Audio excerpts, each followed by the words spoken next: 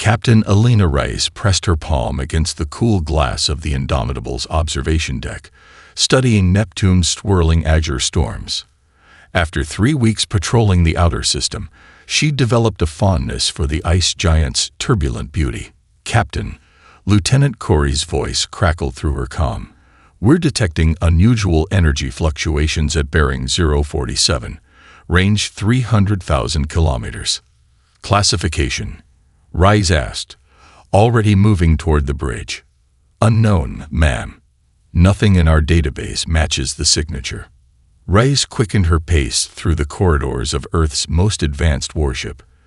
The UN Indomitable represented humanity's pride, a marvel of fusion propulsion and rail gun technology that had cost the United Earth government nearly 1 trillion credits. Yet as she entered the bridge, an unsettling thought surfaced. What if all our advancement means nothing beyond our solar system?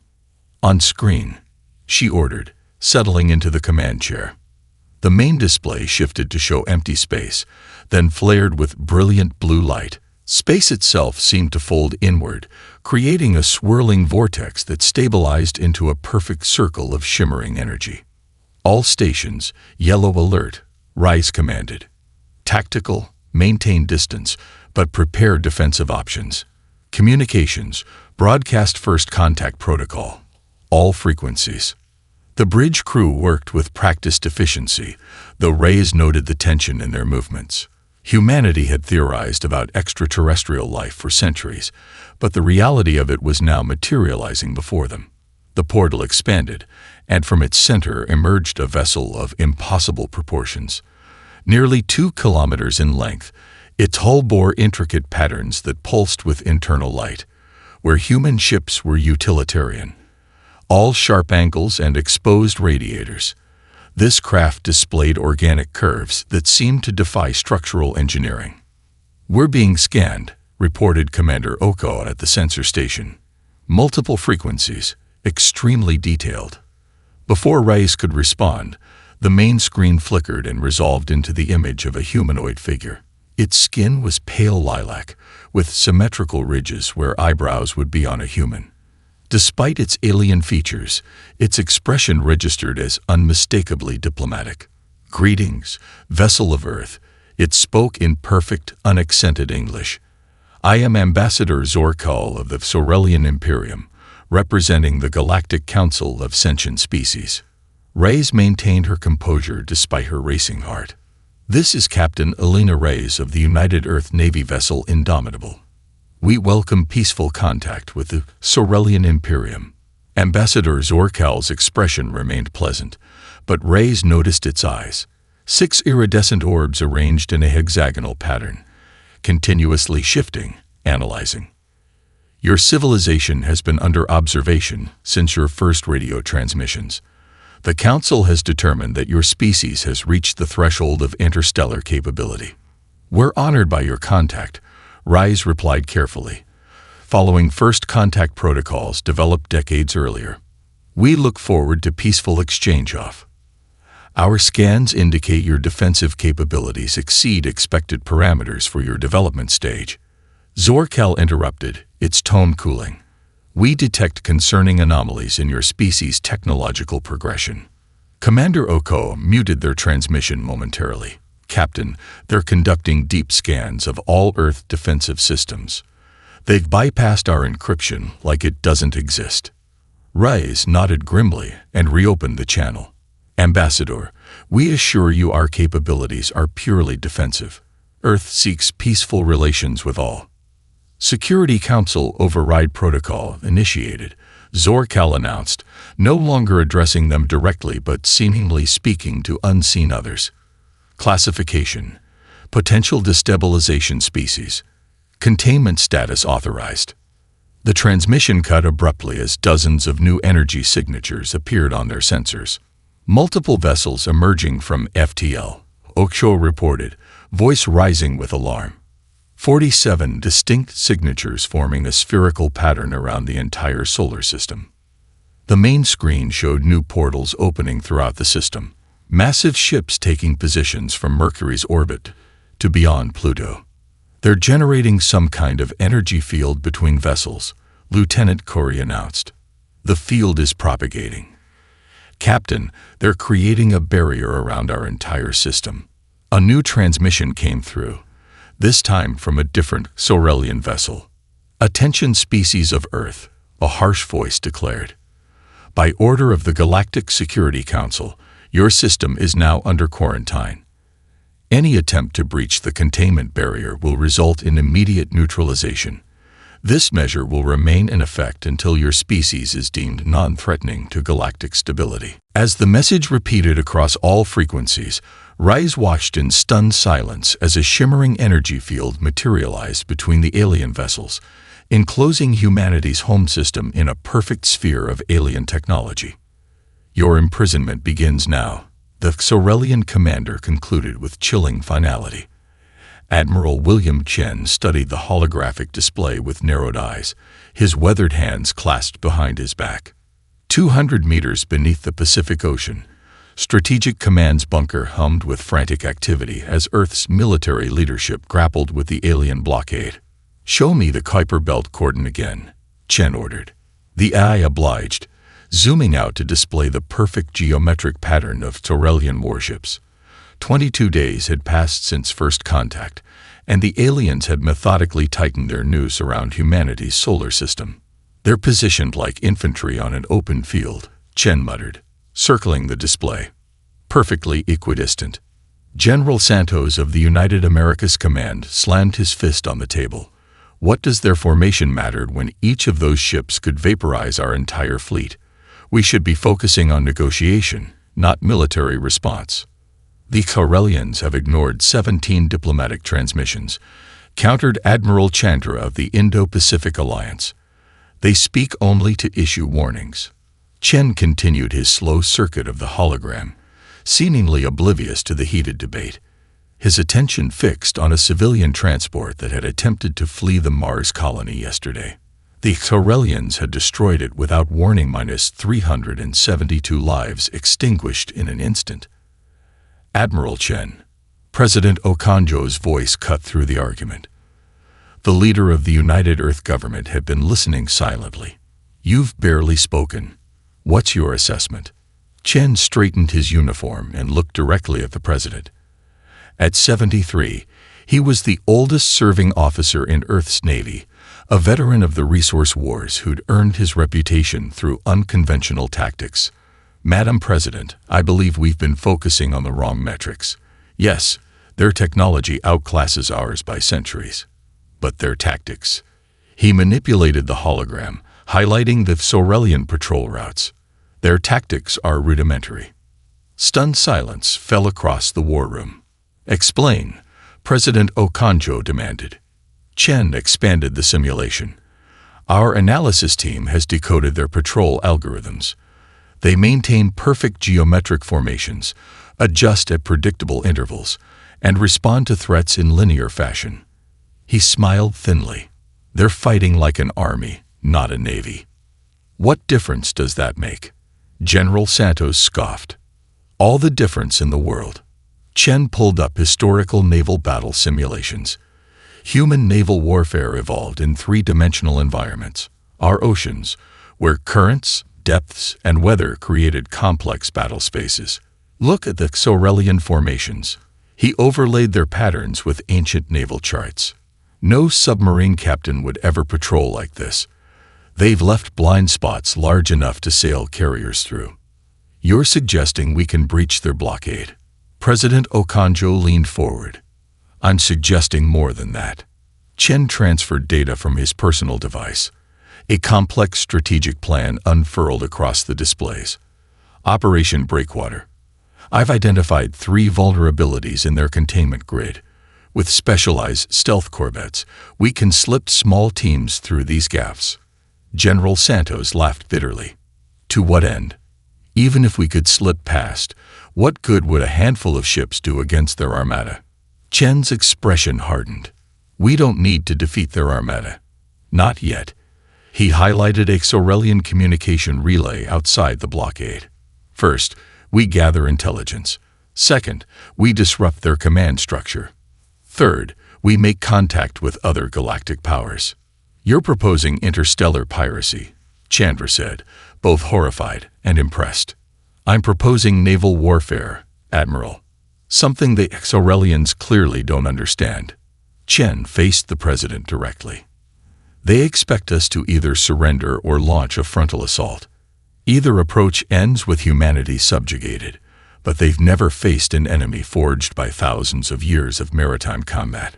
President Okonjo studied the plan, her expression grave. "The risk is enormous.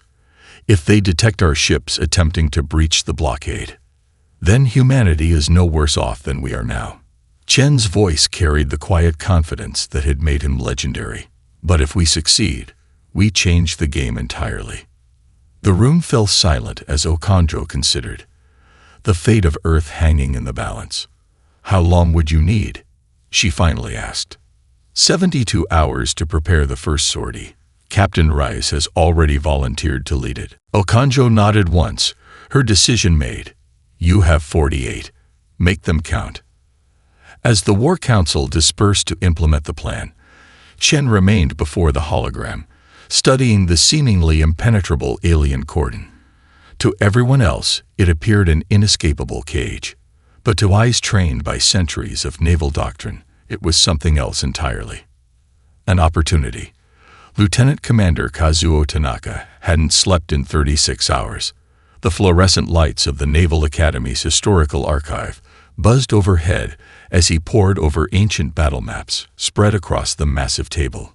Digital screens surrounded him, each running complex simulations comparing Sorelian patrol patterns against naval tactics spanning centuries of human warfare. "Collision course with the Battle of Midway parameters," he instructed the AI. The simulation adjusted, overlaying Admiral Nimitz's 1942 carrier deployments with the Sorelian blockade formation near Jupiter. "Still not right," Tanaka muttered, rubbing his bloodshot eyes. 3 empty coffee cups testify to his exhaustion. The door hissed open. Dr. Aisha Rahman entered, carrying fresh data tablets and what smelled like real coffee, a luxury in these ration times. "The quantum engineering team sent these," she said, sliding the tablets across to him. "We've analyzed the Sorelian sensor wavelengths. They're using something similar to gravitational interferometry, but with quantum entanglement principles we barely understand." Tanaka accepted the coffee gratefully, "And yet their deployment is primitive. Look at this." He gestured to the simulation.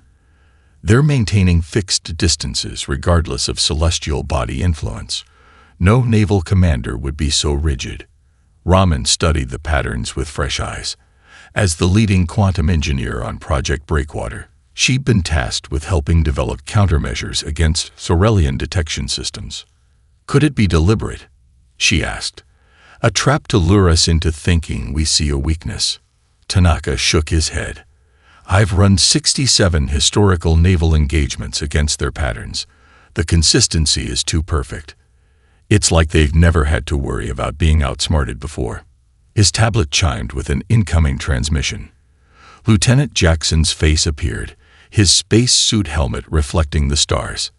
The Special Forces operative had been conducting dangerous EVA reconnaissance missions, using minimal equipment to avoid detection. "Commander," Jackson reported in hushed tones, "I'm transmitting scan data from the Sorelian patrol vessel. Had to get within 50 meters, but their hull sensors didn't detect my suit." 50 meters. Rahman gasped. "That's practically suicide, Lieutenant." Jackson's grim smile spoke volumes. "Better than the alternative, ma'am. Their outer hull is fascinating. It's smooth but seems to ripple occasionally, like something organic." He transmitted close-up imagery. "But here's what's important. I captured their navigational data stream during a course correction." The data flowed into Tanaka's simulation, adding crucial pieces to the puzzle. The commander's eyes widened as patterns emerged. "This confirms it," he whispered. "Look at these navigational algorithms. They're calibrated for perfect geometric deployment in empty space. No adjustments for gravity wells, solar winds, or cosmic radiation." He looked up, excitement breaking through his fatigue. "They're treating space like a featureless plane. Ramen leaned closer, her scientific mind racing. What does that tell us? Everything. Tanaka manipulated the simulation, highlighting a pattern. Earth navies evolved in oceans, complex, three-dimensional environments with currents, depths, and weather. We learned to use environmental factors as weapons or shields.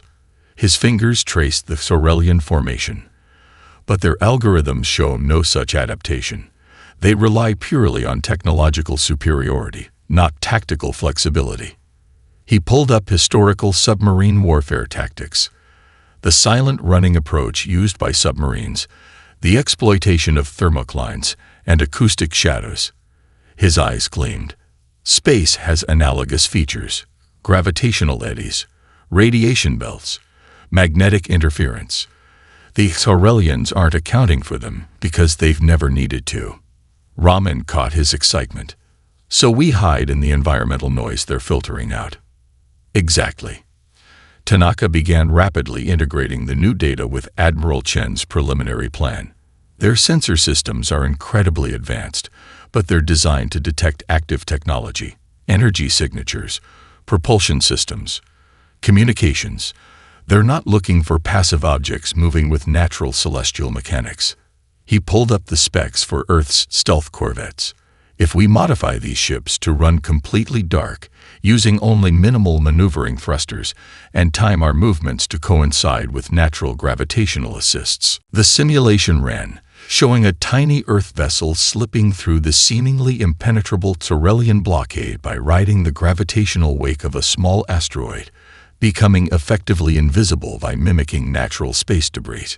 It could work, Ramen breathed. But the timing would need to be perfect. Tanaka nodded grimly. That's why we need the best pilot in the fleet. He transmitted the completed simulation to Strategic Command. And I know exactly who Admiral Chen has in mind.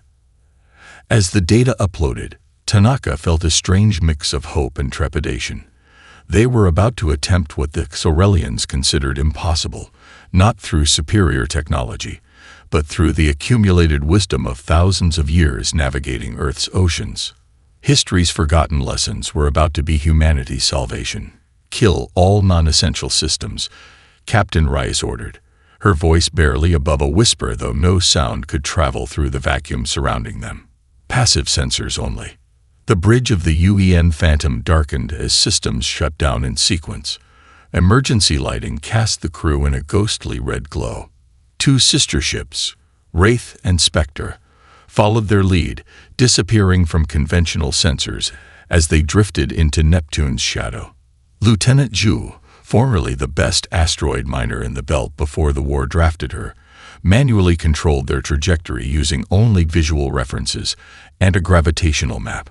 Her fingers danced across the old-fashioned physical controls, no holographic interfaces that might emit detectable radiation. Approaching insertion point, Zhu reported. Sorelian patrol vessels maintaining standard formation, no deviation. Reyes nodded, studying the passive sensor display. Operation Breakwater's success hinged on this moment, the first attempt to breach the alien blockade. Admiral Chen had personally selected her for this mission, not because the Indomitable was the most advanced ship, but because Reyes had spent 5 years hunting smugglers in the Jovian moons. She knew how to move unseen. Begin final approach, she ordered. Lieutenant Kozlov, status of the metamaterial hull. Functioning within parameters, Captain, the science officer replied. The experimental coating is absorbing 97% of scanner waves. The remainder is being refracted to mimic micrometeorite signatures. The Phantom drifted closer to the invisible line between two Sorelian warships. From this distance, the alien vessels resembled predatory sea creatures, sleek, dangerous, and utterly foreign. Their hulls pulsed with internal energy that rippled like bioluminescence in Earth's deepest oceans. Distance to nearest Sorelian vessel, Rise asked, tension evident despite her calm demeanor. 800 kilometers in closing, Zhu replied. We're approaching what Commander Tanaka called the sonar gap, the blind spot between their sensor patterns. The bridge fell silent as the stealth corvette slipped deeper into enemy territory. Every crew member understood the stakes. If detected, they would be vaporized instantly, and Earth would lose its best chance at breaking the blockade. Diversion package away, Lieutenant Harper announced from Tactical. Transmitting on schedule. Thousands of kilometers away, Admiral Chen's diversion was underway. A diplomatic shuttle approached the blockade openly, broadcasting requests for negotiation. Every Xorelian sensor would be focused on the obvious approach, leaving microscopic gaps in their coverage, gaps that Tanaka's historical analysis had identified.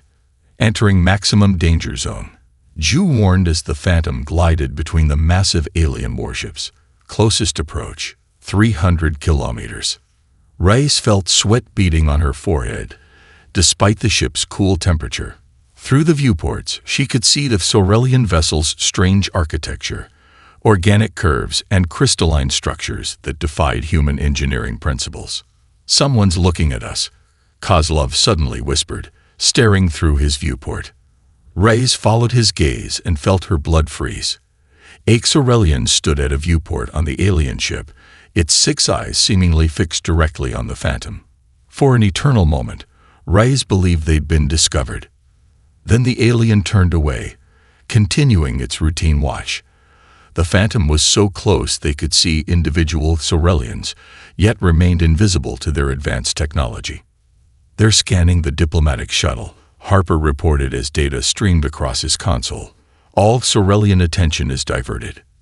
Zhu executed the final maneuver, a delicate gravitational slingshot using a nearly imperceptible eddy in spacetime that the Xorelian sensors dismissed as background noise.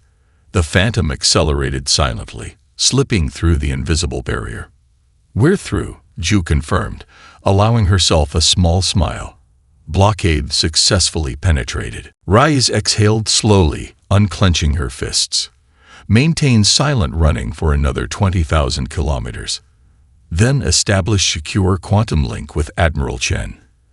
As the Phantom continued its silent journey beyond the blockade, Reyes permitted herself a moment of fierce pride.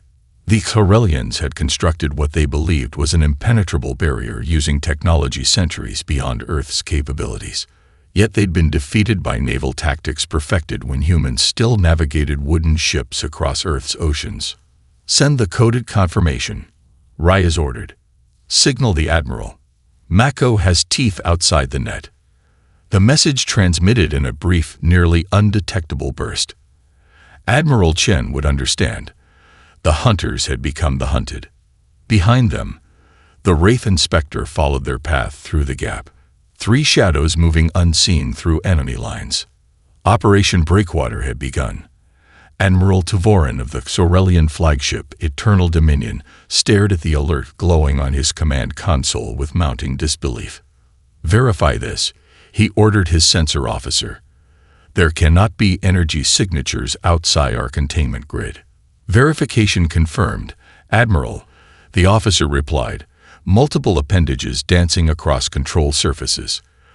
3 anomalous signatures detected near the auxiliary fuel depot at coordinates 87 to 34421. Tavorin's crest flushed purple with agitation. "Impossible. No Earth vessel could penetrate our blockade. Their technology is primitive by Galactic Council standards." The main viewport shifted to display the depot, a massive structure housing antimatter fuel reserves for the Xorelian fleet. As they watched, a brief flash erupted from the facility's southern quadrant. "We are under attack," the tactical officer announced. "Depot shield generators have been compromised. The attackers used kinetic projectiles." Tavorin's inner eyelids flickered in confusion. "Kinetic weapons, not energy-based." Another officer interrupted. "Admiral, I'm detecting unusual movement within the solar system. Multiple small vessels rising from dormant positions on asteroids and within the gas giant atmospheres." The strategic display transformed, showing 17 new contacts appearing simultaneously across the system. Tavorin watched in growing horror as the supposedly contained humans executed a coordinated attack pattern unlike anything in the Xorelian tactical database. Deploy response squadrons, he commanded. All vessels maintain blockade integrity, while defense units intercept these insurgents. But the human ships didn't behave as expected. Instead of engaging directly, they struck from multiple vectors simultaneously, then vanished into the background radiation before the Xorelian ships could lock weapons. "They're using primitive propulsion systems," the sensor officer reported with confusion. "Minimal energy signatures, barely distinguishable from background radiation." "How are they coordinating?" Tivorin demanded. "We're jamming all quantum communications." The communications officer's skin paled. "They appear to be using directed radio transmissions. Our systems filtered them as cosmic background noise." Tivorin slammed his appendage against his console. The humans were using technology so outdated that the advanced Xorelian systems ignored it entirely. "Recalibrate all sensors immediately. Filter nothing." On the tactical display, a human vessel designated Harrier appeared to suffer catastrophic engine failure after a glancing hit from a Xorelian patrol ship. The crippled vessel drifted, seemingly dead in space. "Target acquired," the weapons officer announced. "Tractor beam engaging to capture the disabled vessel for analysis." Tivorin nodded approvingly. Perhaps this specimen would reveal how the humans had penetrated their blockade. The crippled Earth ship was drawn into the docking bay of the Xorelian cruiser Inevitable Justice. Tivorin watched with satisfaction as boarding teams surrounded the vessel. "Teams are breaching the hull," the operations officer reported.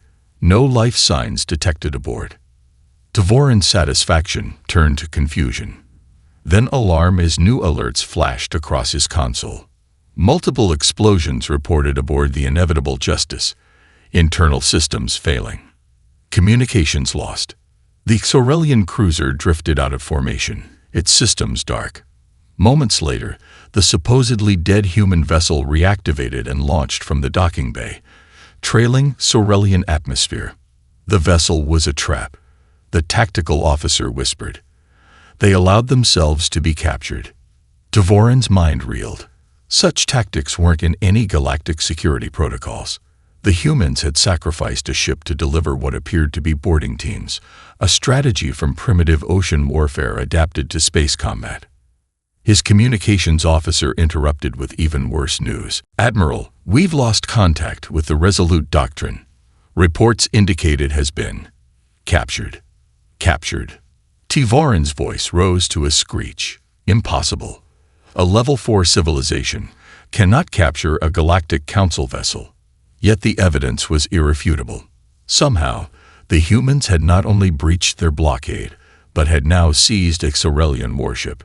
The implications were catastrophic.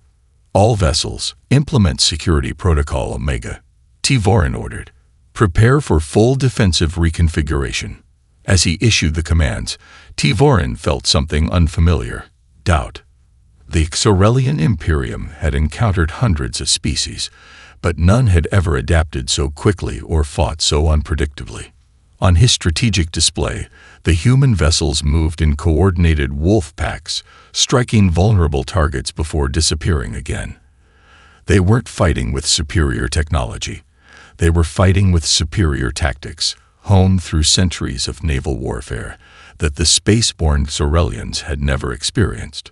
For the first time since the blockade began, Tivorin questioned whether containing humanity had been a grave mistake. The captured Xorelian light cruiser Resolute Doctrine hung in space like a wounded predator.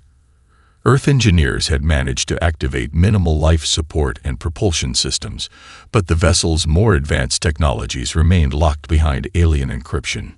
In what had once been the command center, Admiral Chen sat across from the captured Xorelian Admiral Tivorin. Between them floated a holographic display showing the current state of the conflict, a conflict that had expanded dramatically in the past 72 hours.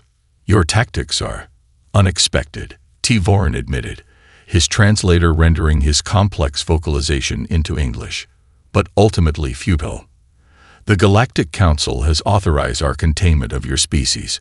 Reinforcements are already en route." Chen nodded thoughtfully. "Perhaps. But before they arrive, I thought you might want to see something." He activated a small device on his wrist. We prepared a transmission. Tavorin's 6 eyes widened as the holographic display shifted to show the Galactic Council chamber, a massive amphitheater where representatives of 27 spacefaring civilizations debated interstellar policy. "How did you access this feed?" the Xorelian demanded. "This is a secure council channel." Chen's smile was cold. "Your encryption was formidable, but your captured vessel provided the necessary codes." He gestured to the display. "The transmission begins in 30 seconds. I suggest you watch carefully." Elsewhere, aboard the UEN Phantom, Captain Rice led her team through the final preparations. Their target, the Xorelian Central Communications Hub, stationed just beyond Pluto's orbit. Lieutenant Harper had disabled its outer defenses using access codes extracted from the captured vessel's database. "Remember," Rice told her boarding team as they checked their Zero combat gear, "we're not here to destroy it. Precision is everything." The 12-person team, Earth's finest special operators, nodded grimly. Each carried weapons designed specifically for this mission, non-lethal but effective against Xorelian physiology. Docking complete, Lieutenant Zhu announced. "Hub security remains unaware of our presence." Reyes activated her helmet. "Begin Operation Truth." The team moved through the airlock in perfect synchronization, their movements reflecting thousands of hours of training in Earth's naval special warfare programs. Inside the communications hub, the Xorelian technicians were unprepared for boarders. Earth's team used focused sonic disruptors, weapons that targeted the unique auditory sensitivities of Xorelian neural systems to incapacitate the crew without permanent harm. "Control room secure," Kozlov reported through the tactical channel. "Accessing transmission systems now." At precisely that moment, in the captured cruiser, Admiral Chen activated the prepared broadcast. Throughout the galaxy, on every Xorelian channel, and directly into the Galactic Council chamber, the transmission began. "Esteemed members of the Galactic Council," Chen's voice resonated with carefully measured diplomacy. "I am Admiral William Chen of Earth. I speak to you not as a supplicant, but as a representative of a sovereign species that has been unjustly contained." The Council erupted in confusion. Such an interruption was unprecedented. "The Xorelian Imperium has missiled you regarding humanity," Chen continued, as Tavorin watched in mounting horror. "They claimed we were quarantined for galactic security. The truth is more concerning." Chen activated a secondary feed, the Xorelian military communications that Captain Ray's team had accessed. The feed showed the real orders behind the blockade: contain Earth species and secure exclusive access to biological compounds unique to their biosphere. Potential value: incalculable. Prevent competing Council species from establishing contact. The Council chamber exploded into chaos. Representatives from the Arcturian Alliance, Vega Collective, and Proxima Hegemony, all commercial rivals to the Xorelians, immediately demanded investigation. "We do not seek conflict," Chen continued smoothly. "Humanity wishes only for fair inclusion in galactic society. We have demonstrated that despite our technological limitations, we cannot be contained through force. Now we demonstrate our preference for diplomacy over continued conflict." In a masterstroke, Chen's transmission included footage of Earth's ships disabling rather than destroying Xorelian vessels, and the humane treatment of captured Xorelian crews. "I invite neutral Council observers to our system to verify our peaceful intentions and witness the unwarranted nature of the Xorelian blockade." Admiral Tavorin slumped in his seat as the transmission concluded. "You have no idea what you've done," he hissed. "The Council politics are more dangerous than our weapons." Chen's expression remained impassive. "On the contrary, Admiral, naval officers understand politics quite well. The sea teaches lessons in both warfare and diplomacy." He gestured to the updating display showing 3 Council observer vessels already preparing to depart for Earth. "Your blockade was designed to keep us contained, but our breakthrough has accomplished something more valuable than military victory." What? Tivorin demanded. Leverage, Chen replied simply. And in both war and diplomacy, leverage changes everything. The Xorelian High Command vessel Inexorable Destiny emerged from faster-than-light travel at the edge of Earth's solar system, leading a reinforcement fleet that darkened space with its magnitude. Over 800 warships arranged themselves in attack formation, the largest armada deployed by the Imperium in 3 centuries. Supreme Commander Vex Orn stood on the command deck, his ceremonial armor gleaming under the harsh lights. The humiliation inflicted by the humans could not stand. The Galactic Council observers now present in the system complicated matters, but the Supreme Commander had authorization to re-establish control by any means necessary. All vessels report combat readiness, his executive officer announced. The humans have been detected mobilizing their defenses, but their fleet is outnumbered 20-1. Vexorn's mandibles clicked with satisfaction. Commence the removal protocol. Eliminate all human resistance with overwhelming force. Throughout Earth's solar system, sensors detected the massive Xorelian fleet's arrival. On the UEN Indomitable, now serving as the temporary command center for Earth's naval forces, Admiral Chen studied the holographic display with serene focus. They've deployed exactly as anticipated, he noted to his assembled captains. Optimal attack formation for maximum firepower. Captain Rice frowned at the overwhelming numbers. Even with our tactical advantages, we can't possibly defeat that many ships. The Galactic Council observers won't intervene directly. Chen nodded. We don't need to defeat them. He activated the fleet-wide communication system. All vessels, implement Operation Hurricane. I say again, remember the hurricanes. Throughout the system, Earth's scattered forces acknowledged the command. Decades earlier, Chen had revolutionized naval doctrine while protecting coastal cities from the Category 6 superstorms that climate change had spawned. The same principles applied here.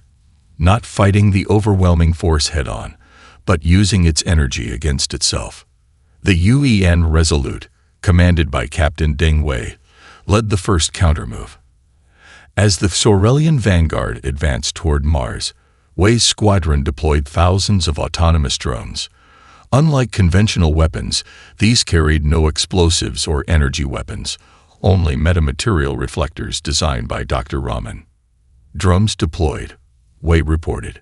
Phase 1 complete. The Xorelian sensors detected the drone swarm and responded with devastating energy barrages, exactly as Chen had predicted. The metamaterial reflectors didn't absorb the energy, but redirected it at precisely calculated angles. Beams meant for Earth vessels instead struck other Xorelian ships, causing chaos in their perfect formation. They're targeting their own vessels, Rise observed as the tactical display updated. Chen nodded. When facing superior firepower, make it a liability rather than an asset. Elsewhere, Captain Rice's task force executed Phase 2. Using the captured Xorelian communication codes, they broadcast conflicting orders to different sections of the alien fleet. The disciplined but rigid Xorelian command structure, unaccustomed to verification protocols due to their technological security, followed contradictory directives. The observers are requesting explanation. Commander Oko reported from communications. The Arcturian vessel is particularly interested in our tactics. Chen permitted himself a slight smile. Inform them they're witnessing distributed maritime operations adapted for space warfare, a doctrine Earth's navies perfected centuries ago.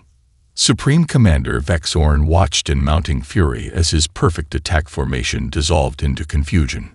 Friendly fire incidents multiplied as ships responded to faltering sensors and contradictory orders. Impossible. He raged as another squadron reported targeting errors. How can primitive vessels cause such disruption? Recalibrate all targeting systems immediately. His tactical officer's response froze him mid-command.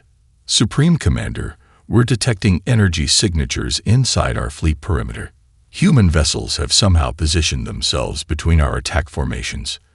The tactical display confirmed the unthinkable. Smaller Earth vessels had penetrated their lines while they were focused on the drone swarms. positioning themselves where Xorelian ships couldn't fire without hitting their own vessels. "This violates all established combat doctrines," the tactical officer whispered. Vexorn finally understood. The humans weren't fighting according to galactic warfare protocols. They were fighting like ocean predators, exploiting three-dimensional space in ways that Xorelians had never needed to consider. As Earth forces executed precision strikes against key command and communication nodes, the massive Xorelian fleet began to fragment. Without central coordination, individual captains reverted to defensive protocols, creating gaps that more Earth ships exploited. The Galactic Council observers watched in silent astonishment as the supposedly primitive human forces systematically dismantled the most powerful fleet in the quadrant, not through superior firepower, but through superior strategy. The blockade wasn't just penetrated, it was shattered. The Galactic Council station, Harmonious Accord, loomed against the backdrop of a binary star system, its massive ring structure rotating slowly to generate gravity. 6 months had passed since Earth forces shattered the Xorelian blockade, fundamentally altering the political landscape of known space. The UEN Pathfinder approached the station, its sleek hull bearing the scars of recent conflict alongside fresh insignia, designating it as Earth's first official diplomatic vessel. On the bridge, Admiral William Chen, now Ambassador Chen, straightened his formal uniform as Captain Reyes guided their approach. "Nervous?" Reyes asked, noting Chen's unusual fidgeting with his collar. "Oddly, yes," he admitted. "I've commanded fleets in battle without hesitation, but representing all of humanity before 27 alien civilizations." He shook his head with a wry smile. Different kind of pressure. The Pathfinder's design incorporated reverse-engineered Xorelian technology alongside human innovation, a physical representation of Earth's new status. Following the blockade's collapse, 3 Council species had immediately sought technological exchange agreements with Earth, not for human hardware, but for human tactical doctrine. "Docking sequence initiated," Lieutenant Zhu announced from the helm. "Council representatives are awaiting our arrival in the diplomatic exchange." Chen nodded, then turned to address the assembled diplomatic team. Scientists, cultural specialists, and military advisors selected to represent Earth's diverse expertise. "Remember," he told them, "we enter not as supplicants, but as equals. Our victory wasn't just military, it was philosophical.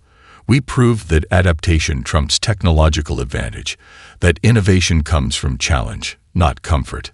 The airlock cycled open, revealing a delegation of alien representatives.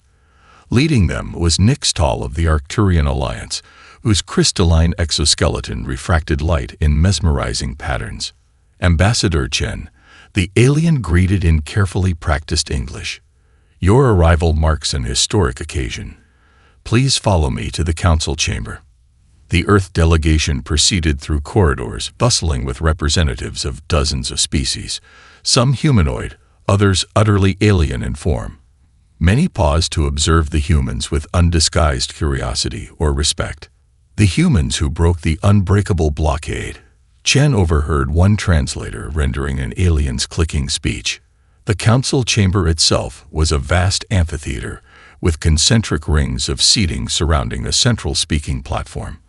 Representatives from 27 spacefaring civilizations turned as the human delegation entered.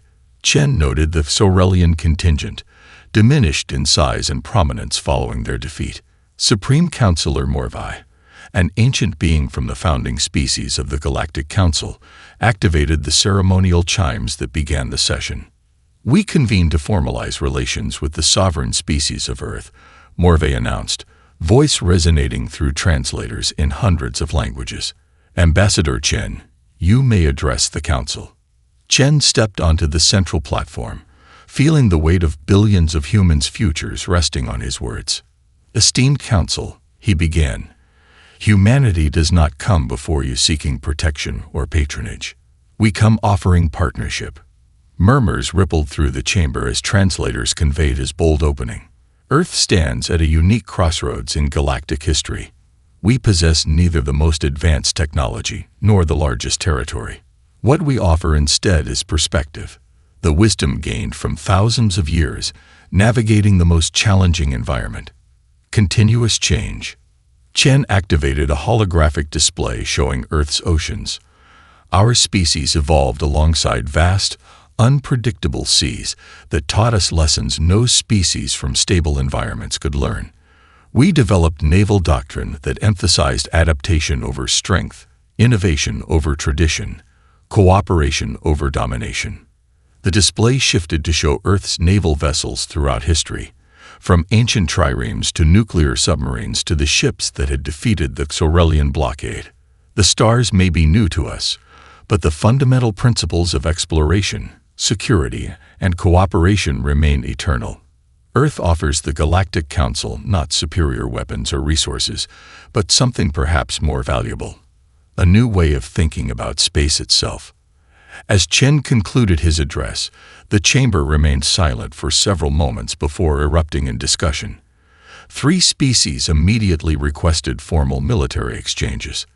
The Saurelian representative, humbled by defeat, proposed a peace treaty acknowledging Earth's sovereignty. Later, as Earth's delegation prepared for continued negotiations, Captain Rice joined Chen on an observation deck overlooking the spectacular binary star system. Not bad for a species that was imprisoned in its own solar system half a year ago, she remarked. Chen nodded thoughtfully. The Saurelians thought they were containing a potential threat. Instead, they forced us to prove exactly how adaptable we could be. Beyond the viewport, the first wave of Earth exploration vessels prepared to depart for uncharted regions with permission from the Council, ships named after humanity's greatest naval explorers: Magellan, Zheng He, Cook, and Nansen. We spent millennia looking up at the stars, Rice said quietly.